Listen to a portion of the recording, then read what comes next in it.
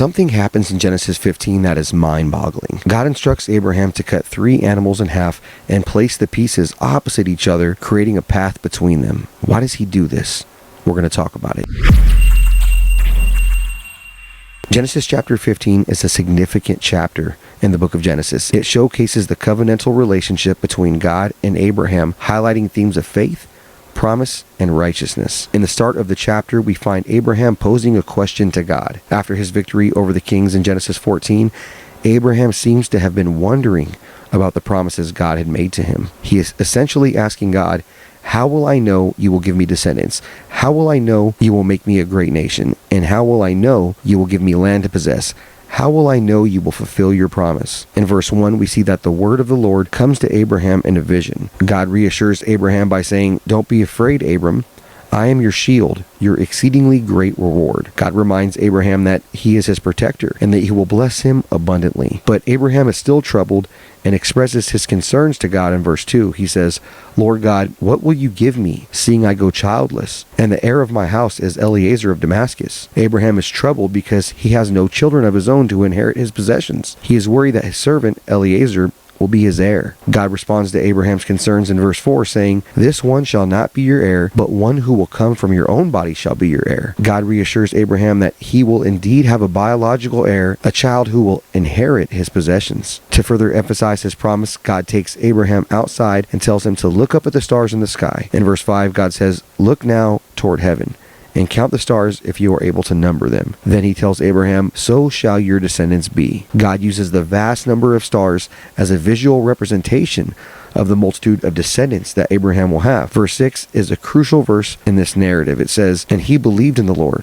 and he accounted it to him for righteousness." Despite his doubts and questions, Abraham chooses to believe God's promise. He puts his faith in God's faithfulness and trusts that he will fulfill his word. This act of faith is counted as righteousness by God. In verse 7, God says, "I am the Lord who brought you out of Ur of the Chaldeans to give you this land to inherit." It is at this point that Abraham poses a question to God, asking how he can be certain that he will inherit this land. Abraham is not being disrespectful or presumptuous. He genuinely wants assurance of God's faithfulness. God's response to Abraham's question may seem unusual to us. He instructs Abraham to bring him 5 animals, a heifer of 3 years, a she-goat of 3 years, a ram of 3 years old, a turtle dove, and a young pigeon. Abraham does as God says, and then God tells Abraham to cut 3 of the animals in half and place the pieces opposite each other, creating a path between them. The birds, however, are not cut in half. Abraham also drives away the vultures that come near the carcasses. Now let me explain the symbolism behind this event. From our perspective in the year 2024,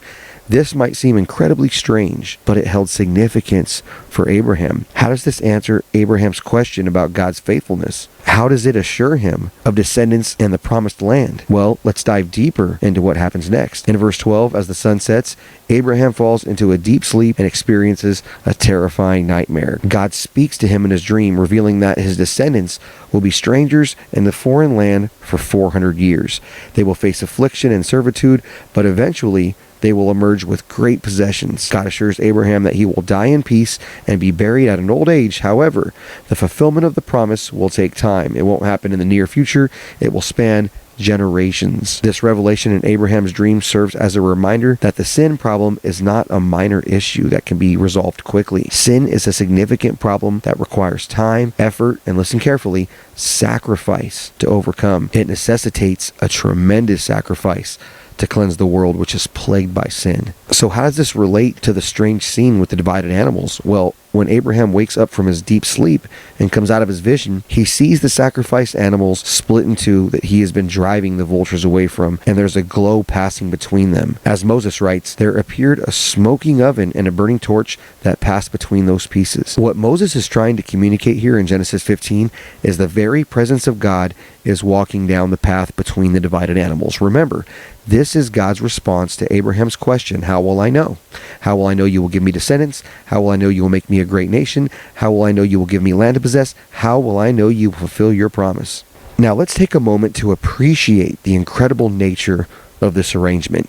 The infinite, omnipotent, omniscient, eternal, and immaterial creator, the God of the heavens and the earth, the God of the universe, the creator of all things, has entered into a covenant with his own creation, someone who is nothing in comparison to him. And when that particle of dust had the audacity to question how it could trust in God's promise, God responded with humility and condescension.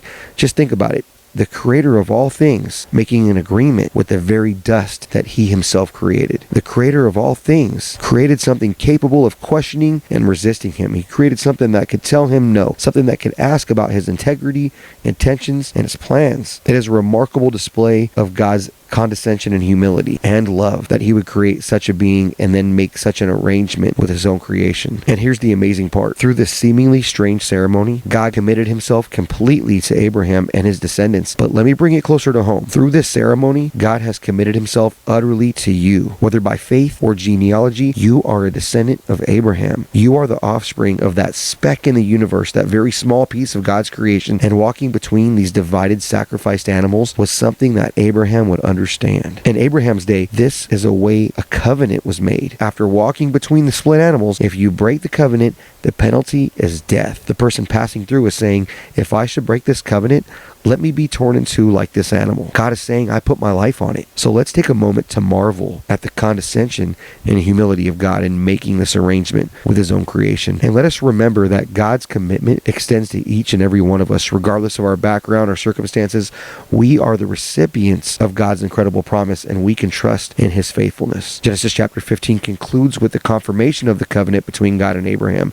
It serves as a reminder of God's faithfulness and his commitment to fulfill his promise. It also establishes Abraham as a model of faith and righteousness for future generations. It teaches important lessons about faith, trust, and obedience. It emphasizes the significance of believing God's promises even when the circumstances seem uncertain. It also underscores the role of righteousness by faith in establishing a covenantal relationship with God. So the Lord made an agreement with Abraham on that day. He said, I have given this land to your children and to their children's children from the river of Egypt as far as the big Euphrates River, Genesis 15:18. The rivers around the promised land help us remember the rivers around the Garden of Eden. Compare that with Genesis chapter 2, verses 13 and 14. So the promise to Israel is a promise to the end time people of God too. God will bring us back to the Garden of Eden, the same as he brought Israel back to Canaan.